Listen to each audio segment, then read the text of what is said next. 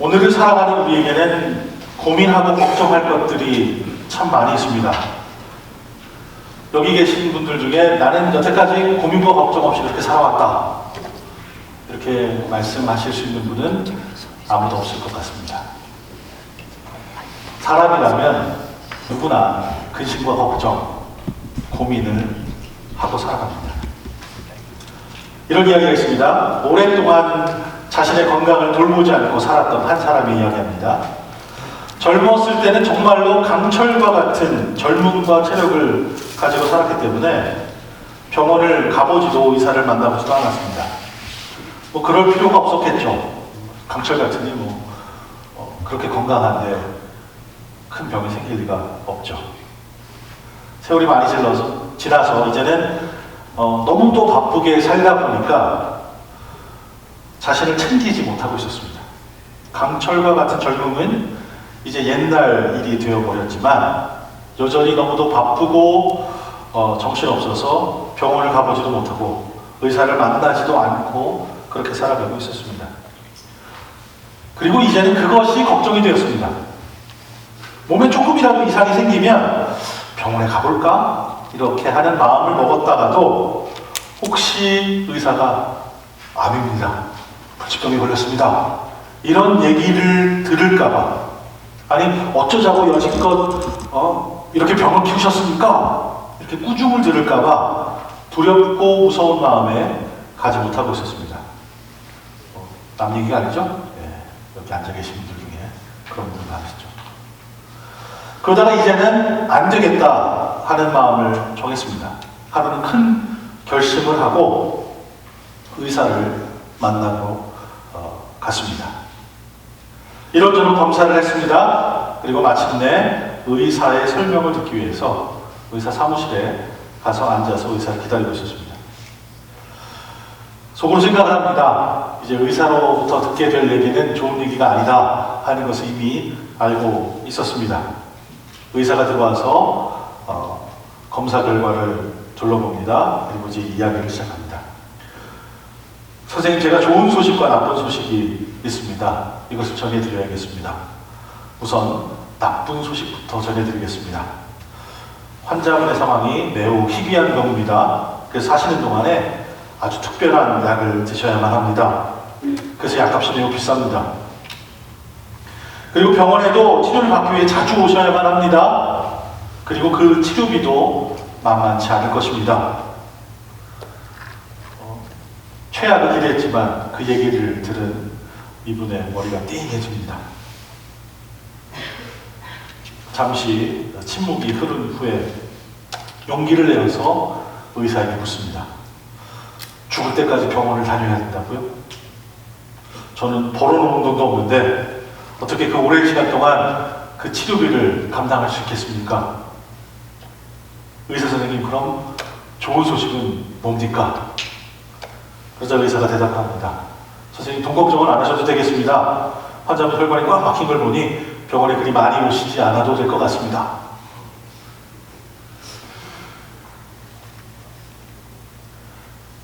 웃자고 한 얘기인데 사실은 너무 슬프죠. 우리 현실 모습이 담겨있기 때문에 마냥 웃을 수만 없는 그런 얘기죠. 자, 이렇게 신방을 다녀보면 우리 중에도 보험 좋은 거 가지고 계신 분들이 있는데 병원을 그렇게 안 가시더라고요. 그러면서 하시는 얘기가 똑같은 얘기예요.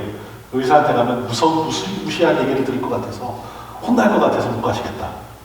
또 어떤 분들은 의사 선생님이신데도 병원 안 가시더라고요. 어떻게 보면 이 이야기가 오늘 우리가 함께 읽은 본문의 이야기와 비슷합니다. 예수님께서 제자들에게 무엇을 먹을지 무엇을 마실지 걱정하지 말라 복음서에서 이렇게 말씀하시죠. 예수님께서는 오늘 본문 바로 앞부분까지 이렇게 아주 좋은 이야기들을 말씀해 주십니다. 그 이야기 중에 이런 것들이 있습니다. 까마귀들을 생각해보라. 심지도 거두지도 않고 창고도 곡간도 없지만 하나님께서 그것들을 먹이신다. 그런데 너희는 새보다 얼마나 더 귀하냐. 오늘 여기 있지만 내일은 불 속에 던져질 들풀도 하나님이 그렇게 입히시는데 하물며 너희는 얼마나 더 잘 입히시겠느냐. 이런 이야기 들으면 참 위로가 되죠. 소망이 됩니다. 바쁘고 힘들게 살아가는 우리의 마음에 아주 냉수 같은 시원한 그런 복음의 이야기입니다. 우리가 너무나 듣고 싶고 목말라 하는 귀한 복음의 말씀을 예수님께서 이렇게 들려주시죠. 그리고 오늘의 본문이 이어져 시작됩니다. 예수님께서 갑자기 제자들에게 마지막 때를 준비하라 말씀하십니다. 근데 이것은 마치 이렇게 얘기하시는 것 같습니다. 무엇을 먹을지 무엇을 마실지 걱정하지 마세요. 왜냐하면 세상은 곧 끝장날 것이고 이제 먹고 마시고 옷 입는 것과 같은 일들은 문제가 되지 않습니다. 앞에서 들은 의사 얘기 같죠? 남은 날 동안 비싼 약도 드셔야 하고 비싼 치료도 받으셔야 합니다. 하지만 곧 돌아가실 거니까 돈 걱정은 안 하셔도 됩니다. 뭔가 좀 이상한 얘기 같아요. 예수님께서 오늘 본문에서 하시는 말씀은 우리의 걱정을 다른 각도에서 바라보라, 그렇게 새로운 가르침을 주시는 것입니다. 예수님께서 오늘 본문 말씀을 이렇게 시작하시죠. 두려워하지 말라, 적은 무리여 너희 아버지께서 그 나라를 너희에게 주시기를 기뻐하신다. 예수님은 우리를 적은 무리 이렇게 부르십니다. 영어로 little flock, 작은 양떼 이렇게 부르세요. 적은 숫자의 양떼라고 부르시는 것은 정말 이 세상과 비교해보면 우리의 숫자는 정말 초라하게 짝이 없기 때문입니다. 세상에는 부도 많죠, 명예도 많죠, 힘도 많습니다. 그렇게 세상에 존재하는 부와 명예와 힘과 우리의 모습을 비교해보면 내세울 것도 없고 부족하기 짝이 없죠. 어깨가 축 처집니다. 세상과 겨루기도 전에 이미 마음속에서 패배하고 맙니다. 왜냐하면 너무 없으니까, 너무 모자라니까, 너무 부족하니까 그래요. 그런데 그런 우리를 향해서 적은 무리여 두려워하지 말라. 하나님께서 너희에게 하나님 나라를 주기를 기뻐하신다. 그렇게 얘기합니다. 우리 적은 무리지 말입니다. 그러니 우리가 두려워할 필요가 없다. 두려워하지 말아야 한다. 이러시는 것이죠. 이 부분에서 저는 시편 23편의 말씀이 떠오릅니다. 우리는 부족함이 없습니다. 왜냐하면 주님께서 우리의 선한 목자가 되시기 때문입니다. 예수님께서 우리에게 들려주신 선한 목자의 가르침을 우리가 한번 떠올리길 원합니다. 예수님은 자기 자신을 선한 목자가 얘기하시면서 선한 목자가 어떤 사람인지, 무엇을 하는 사람인지, 누구인지 알려주시죠. 선한 목자는 양들을 하나하나 돌보고 양들을 위해서 자기 목숨을 기꺼이 내려놓는 사람입니다. 저는 도시에서 태어나서 자라서 양떼들이 이렇게 모여있는 걸 보면 다 똑같아 보입니다. 근데 양을 기르는 사람은 그 한 마리 한 마리가 다 다르대요. 내는 소리도 다르고 성격도 다르고 하나하나 보면서 얼마나 다른지 그 하나하나 이름을 붙여가면서 다 사랑해주죠. 하나님이 우리를 다 그렇게 아시고 살피시고 아끼시고 우리를 위해서 기꺼이 목숨까지도 내놓으신다는 것입니다. 선한 목자는 잃어버린 양 한 마리를 위해서 99마리를 두고 길을 나서는 사람입니다. 우리는 선한 목자이신 예수님의 것이고 예수님은 우리를 위하여 기꺼이 목숨을 버리시는 선한 목자이십니다. 그렇기 때문에 우리는 걱정할 필요가 없습니다. 우리의 목자는 믿음직스러운 분이시기 때문입니다. 예수님께서는 우리를 맑은 물가로 인도해 주시고 푸른 초장으로 우리를 이끌어 주실 것입니다. 예수님께서 우리를 돌보아 주실 것입니다. 이 진리와 함께 이 세상을 비교한다면 우리가 가지고 있는 이 세상의 걱정들은 다 별것 아닌 것들로 변해버립니다. 문제가 없어지는 건 아니에요. 문제는 그냥 있는데 갑자기 그 문제가 작아져 버립니다. 하나님과 함께 하시면 이 세상에 있는 문제들은 다 별것 아닌 게 됩니다. 참 감사하죠. 그리고 나서 예수님께서는 이어서 이렇게 말씀하십니다. 너희 소유를 팔아 자선을 베풀라. 너희는 자신을 위해 닳지 않는 지갑을 만들어 없어지지 않는 재물을 하늘에 쌓아두라. 그곳에는 도둑이 들거나 좀먹는 일이 없을 것이다. 세상에서 무엇을 어떻게 먹고 살아야 할지 걱정하지 마라. 그냥 모든 것들을 다 나누어 주라. 이렇게 말씀하십니다. 이해가 되세요? 그냥 그래야지 바로 끄떡끄떡 거려주시나요? 이거 뭔가 좀 이상하지 않나 그런 생각이 안 드세요? 우리의 본능과 전혀 반대가 되는 얘기죠. 만약 우리가 오늘을 어떻게 살아남을까 하는 그런 것으로 걱정을 한다면 사실 우리는 우리가 갖고 있는 것들을 움켜쥐기 마련입니다. 가진 것이라도 지켜야죠. 혹시 우리에게 무슨 일이 생길지 모르니까 누구와도 어떤 것도 나누기가 좀 힘듭니다. 왜냐하면 내게 있는 것은 한정돼 있고 넉넉하지 않으니까요. 만약 그렇지 않다면 그냥 다 나누어져 버린다면 우리가 정작 그것이 필요할 때 우리에게는 아무것도 남은 것이 없을 것이기 때문입니다. 무엇인가라도 나눠줄 수 있는 것은 넉넉하게 사는 다른 사람들의 이야기처럼 들립니다. 우리처럼 세상에 살아가는 일에 대해서 걱정을 조금이라도 하는 사람에게 있는 것 다 나누어져 버리는 것, 이것은 큰일입니다. 하지만 예수님께서는 우리의 걱정을 전혀 다르게 바라보도록 우리에게 가르침을 주십니다. 이 세상은 영원한 것이 아니죠. 지금 당장 화려하고 강하고 영원할 것 같은 그 모든 것들이 분명히 사라져 버릴 것입니다. 풀은 마릅니다. 꽃은 시듭니다. 영원할 것 같은 젊음도 연약해지고 주름지고 느려집니다.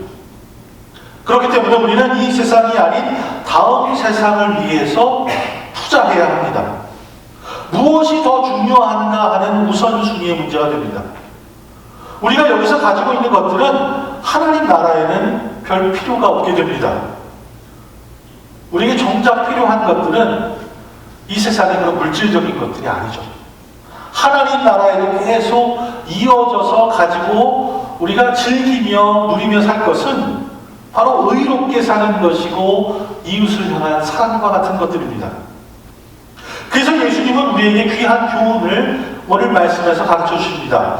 너희 재물이 있는 곳에 마음도 가는 겁니다. 우리가 이 세상에 마음을 두고 있다면 우리의 보물은 여기 있는 것들입니다. 여기서 우리가 먹고 마시고 있는 것들이 우리의 보물인 거죠.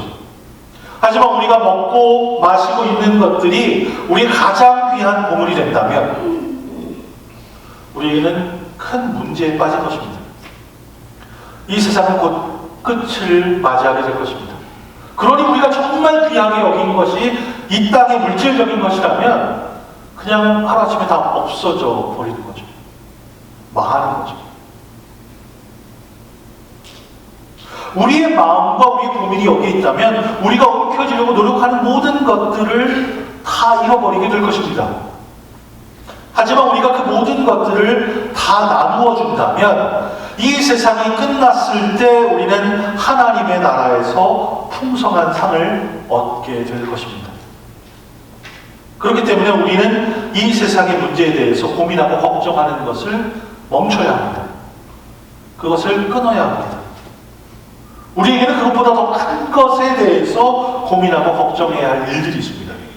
바로 우리가 발을 딛고 사는 이 세상이 곧 끝날 것이기 때문에 그렇습니다. 연기처럼 사라져 버릴 것에 대해서 왜 그렇게 걱정하십니까? 안개처럼 사라져 버릴 것에 대해서 왜 그렇게 마음을 뺏기십니까? 대신 앞으로 다가올 세상을 생각하고 어떻게 그곳에 들어가게 될지 우리는 그것에 대해서 진지하게 생각해 봐야 합니다. 예수님께서는 오늘 본문에서 또 이어서 이렇게 말씀하십니다. 마치 주인이 결혼잔치에서 돌아와 문을 두드릴 때 곧 열어주려고 대기하고 있는 사람들과 같이 되라. 우리 보러 그런 사람들이다. 그러니 그 일을 준비해라 라고 말씀하시는 거죠. 근데 이건 아주 흥미로운 말씀입니다. 여러분들이 잘 아시다시피 우리에게는 4개의 복음서가 있습니다. 신약은 이 4개의 복음서로 시작을 하죠. 마태, 마가, 누가, 요한. 그 중에서 요한복음은 좀 성격이 다릅니다. 다른 복음서와. 그래서 그것을 띄워놓고 나머지 3개를 가지고 우리는 공관복음이라고 부릅니다. 영어로는 synoptic gospel 이렇게 부르죠. 관점을 같이 하는, 공유하는 복음서. 그래서 공관복음 이렇게 부릅니다. 시간과 사건의 흐름이 비슷합니다. 예수님께서 가르치시는 그 교훈도 비슷하죠. 똑같은 이야기를 다뤘다면 정리가 잘 된 것 중에 하나를 두고 나머지는 성경에서 제했을지도 모르겠습니다. 하지만 우리에게 비슷한 이야기인 이 공관복음이 3개나 존재하는 것은 비슷하지만 다른 관점으로 우리에게 진리에 대한 교훈을 풍성하게 가르쳐 주기 때문입니다.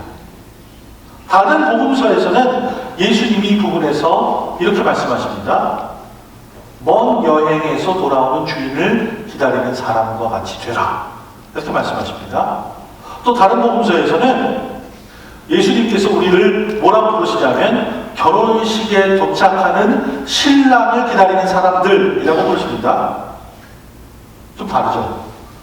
오늘 우리가 함께 읽은 말씀에는 주인은 결혼식에서 집으로 돌아오는데 우리가 그 주인을 맞을 준비를 하고 있다. 문에서 기다리고 있다. 이렇게 부릅니다. 주인이 여행에 가 있는 동안에는 조금씩 느슨하게 풀어져서 일을 합니다. 여러분들 사업하시는 분들 아시죠? 네, 여러분이 가게에 있을 때랑 여러분이 가게에 없을 때랑 가게에서 일하시는 분들이 조금 다르게 일하실 수도 있어요.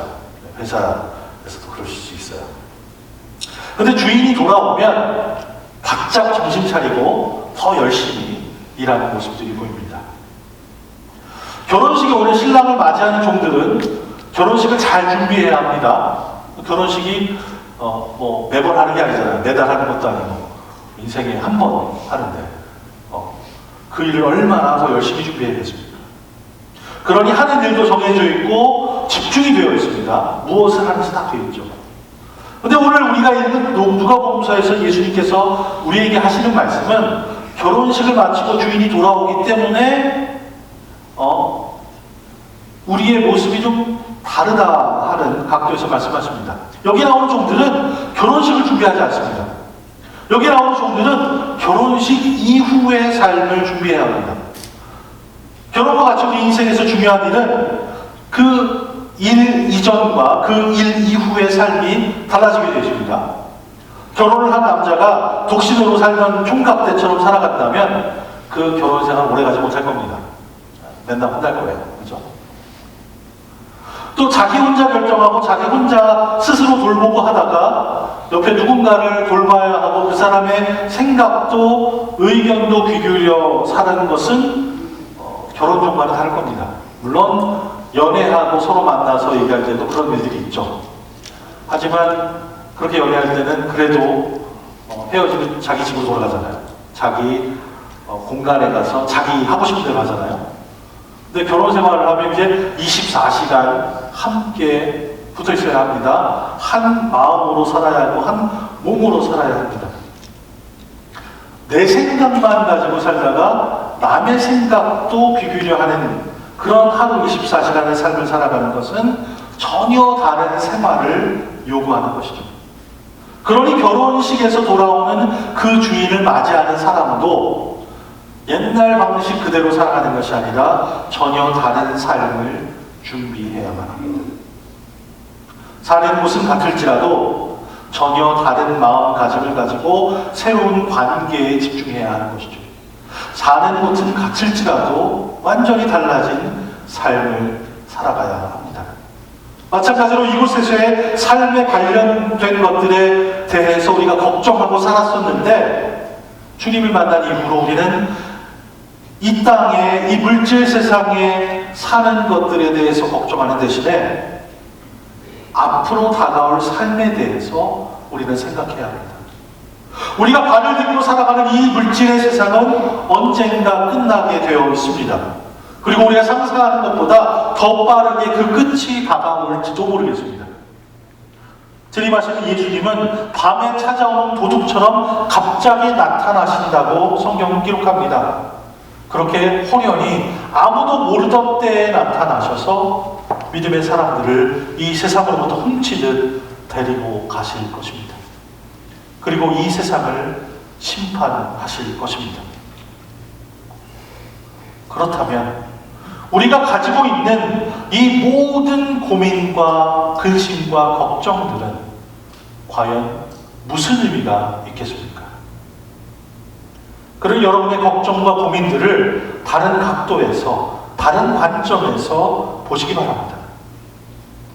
저도 살면서 많은 문제를 마주합니다. 목사로서, 특별히 연합감리교 목사로서 살아가면 이 파송에 따라서 잘 정착하고 살던 곳에서 어느 날 갑자기 내렸던 뿌리를 뽑고 다른 곳에 가서 다시 뿌리를 내리고 살아야 될 때가 있습니다. 가는 동네마다 사는 방식이 다릅니다. 아주 작은 문제들은 쓰레기통을 무슨 요인에 내놓는가, 재활용을 어떻게 정리해서 버리는가, 이런 것들이 다르죠. 아이들 학교 등록할 때 내야 하는 서류가 다른 경우도 있습니다. 뿐만 아닙니다. 다양한 민족이 살아가는 동네인지 아니면 우리가 이사가면 우리 집만 유일한 동양 사람이 되는지 누구와 함께 어울려 살아가는지에 관한 문제도 다르죠. 이런 것들을 제가 정하고 선택하고 할 수 없죠. 만나지는 교회와 교인들도 그렇습니다. 교회 크기와 출석 인원과 교회가 마주하는 여러 가지 도전들이 다 다릅니다. 그러니 똑같은 해결 방법으로 문제를 다 해결할 수 없습니다. 교인들과 함께 고민하고 함께 문제를 풀어가야 하죠. 어떤 걱정과 고민들은 쉽습니다. 그 고민의 근원이 무엇인지, 그 답이 무엇인지 누구나 다 알고 있죠. 그런 일들을 맞이하면 교인들이 다 한마음이 돼서 그 일을 처리합니다. 문제라고도 안 부릅니다. 그냥 쉽게 처리하고 넘어가죠. 근데 어떤 걱정과 고민이, 이건 답이 없는 경우가 있습니다. 아무리 생각해도 답이 없을 때가 있습니다. 누구에게는 그런 문제가 큰 문제로 보이고 누구에게는 그것은 나와는 전혀 상관없는 거다, 이렇게 생각하며 여깁니다. 또 대부분의 사람들은 문제가 있는지 어쩐지도 잘 모르고 지나칠 때도 있습니다. 그러면 그 문제를 해결하는 것은 상상도 못하죠. 이렇게 우리는 삶에서 크고 작은 고민과 걱정들을 만납니다. 이렇게 여러 모양으로 우리 삶에 다가오는 그런 것들과 매일매일 씨름하는 것이 우리의 일상입니다. 이것을 걱정하고 저것도 고민하면서 살아가죠. 요즘에는 이메일로, 온라인으로 모든 것을 해결합니다. 아끼고 사랑하는 사람들과 카카오톡으로, 전화로 대화를 나누기 때문에 이제는 종이에다가 글로써 편지를 쓰고 하는 일이 별로 없습니다. 하지만 우리는 매일매일 우편함, 메일박스를 열어보죠. 아주 간혹 반가운 친구에게서 카드를 받거나 편지를 받으면 참 기쁩니다. 그게 얼마나 기쁜 소식이에요. 요즘에는 편지 쓰는 사람도 별로 없는데, 그죠? 네. 대신에 이 투명한 비닐로 이렇게 창문이 되어 있는 편지를 많이 받아봅니다. 많이 받으시죠? 네. 그렇게 생긴 편지는 주로 돈 내라는 편지죠. 네. 집세를 내야 합니다. 전기요금도 내야 됩니다. 수도 요금도 내야 됩니다. 이게 다 좋은 소식이고 사랑의 언어가 담긴 편지면 얼마나 좋겠습니까? 돈 내라는 이야기는 언제나 들어도 결코 사랑의 얘기가 되지 않습니다. 얼마를 내야 하는지, 언제 내야 하는지, 앞으로 내야 할 것들이 무엇이 있는지 앉아서 계산도 해봐야 합니다. 넉넉하고 여유가 있으면 그냥 내면 되죠. 은행에서 빼가라 해도 여유가 있는 사람들은 그렇게 고민 별로 안 하죠. 근데 그렇게 낼 돈이 없으면, 빠듯하면 무엇을 먼저 내고 무엇을 좀 나중에 내야 할지 고민을 해야 합니다. 그렇게 돈 내라고 요구하는 편지만 고민이 아니죠. 큰 문제가 생기기 전에 이것저것 손봐야 하는 그런 문제들도 있습니다. 자주 손을 보지 않으면 커다란 눈덩어리 만드시 큰 문제로 우리 앞에 턱 나타나는 일들이 있죠. 집에 여기저기 고치고 손봐야 하는 것, 자동차들도 그렇습니다. 그런 것뿐만 아닙니다. 내 몸에 이상이 없는지, 내 정신은 말짱한지, 먹고 있는 약은 잘 드는지 우리는 검사도 받아야 하고 의사 선생님도 만나야 합니다. 이렇게 매일매일 일상을 살아가다가 예기치 못한 일이 우리 삶에 일어날 때가 있습니다. 하이웨이에서 큰 사고를 당할 뻔한 적이 있습니다. 또 어쩌면 잘 알고 지내던 사람의 부흥 소식을 듣습니다. 어제까지도 전화통화를 했는데 갑자기 이야기를 나눌 수도, 따뜻한 온기를 나눌 수도 없는 그런 소식을 듣게 되면 깜짝 놀라죠.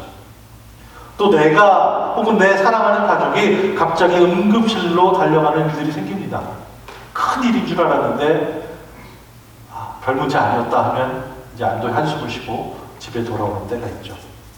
근데 그게 무엇이건 간에 우리가 이런 일들을 겪고 나면 우리의 전 존재가 한번 뒤흔들리는 그런 경험을 하게 됩니다. 그럼 정신이 번쩍 들죠. 이런 일을 겪고 나면 우리 일상을 이전과는 전혀 다른 각도에서 보게 됩니다. 얼마를 어디에 언제까지 내야 하는 나름 중요하고 중대했던 일들이 별게 아닌 게 되죠. 약속을 잡고 찾아가 봐야 되고 관리를 하고 했던 것들이 작은 일들이 되어버립니다. 대신에 더 중요한 것이 무엇인지 정신을 차리게 되죠. 가족들과의 관계가 중요해집니다. 하나님과 보내는 시간이 중요해집니다.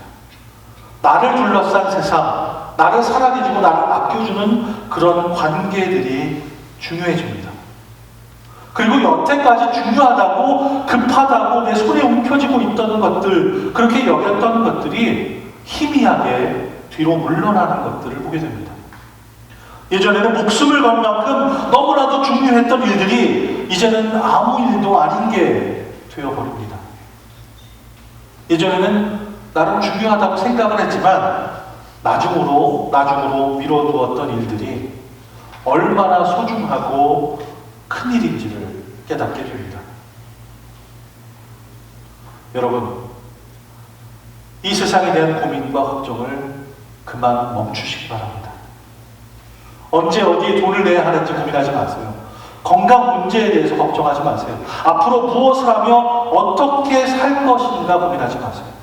누구를 위하여 목숨을 걸고 미워하지도 아파하지도 마세요.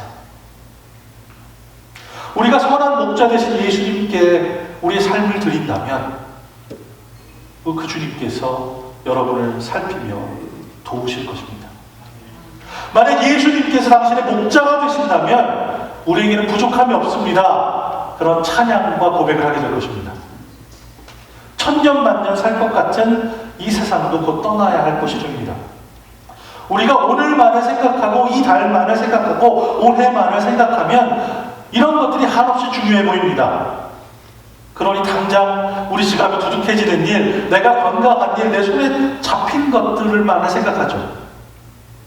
하지만 조금 다르게 한번 생각을 해보세요.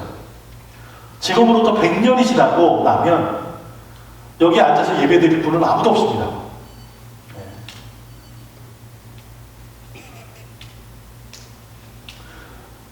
전혀 다른 누군가가, 우리를 모르는 누군가가 여기서 예배를 드리겠죠. 그 사람들에게는 우리가 얼마를 가지고 있는지, 무슨 타이틀을 가지고 있는지, 내가 얼마나 건강한지 하나도 중요하지 않아요. 아마 그 사람들이 듣는 얘기는 우리가 하나님과 얼마나 가깝게 지냈고 이웃을 얼마나 아름답게 섬기고 살았는가에 대한 그런 이야기들을 들을 겁니다. 전혀 다른 것이죠. 우리가 발을 딛고 살아가는 이 세상도 마찬가지입니다. 영원할 것 같지만, 변하지 않을 것만 같지만 이곳도 연기처럼 안개처럼 다 사라질 것입니다. 우리가 그토록 아끼고 애지중지 움켜쥐고 붙들었던 것들 모두가 풀처럼 마르고 꽃처럼 다 시들어버립니다. 제가 이야기하는 것이 굉장히 염세적인 것 같고 부정적인 것 같죠. 하지만 이것이 변하지 않는 진리입니다. 하늘이 무너지고 땅이 솟아나도 변치 않는 진리는 이것입니다. 이 세상 어느 것도 영원한 것은 없습니다. 우리 생이 먼저 끝나던 예수님께서 먼저 재림을 하시던 결과적으로 우리는 이 세상을 떠나게 될 것입니다. 그러니 여러분의 눈을 들어서 영원하신 하나님의 나라를 바라보시기 바랍니다. 하나님께서 우리의 주인이 되시고 우리를 당신의 백성으로 다스리시는 그 영원함을 바라보시기 바랍니다. 하나님의 나라는 이미 우리 안에 시작이 되었고 우리가 알지 못하는 그때에 온전히 임하게 될 것입니다. 우리가 준비되어 있건 그렇지 않건 간에 그 나라는 임합니다. 그러니 우리 삶에 중요하다고 붙드는 일들을 다시 한번 바라보세요. 이 세상의 일들에 걱정하느라 시간 낭비하지 마세요. 멈추세요. 대신에 하나님 나라에 여러분의 마음을 정하시기 바랍니다. 여러분의 지갑을 채우고 여러분의 냉장고를 채우는 대신 하나님의 의로, 하나님의 사랑으로 여러분의 삶을 채우시기 바랍니다. 영원이라는 시간을 마주할 때 다 사라져버릴 이 세상의 것들을 내려놓으시고 우리를 위해 예비하신 풍성한 은혜의 상급을 위해 하늘의 것들을 쌓으시는 그것을 오늘 시작하시는 저와 여러분 되시기를 주님으로 축원합니다. 기도하시겠습니다.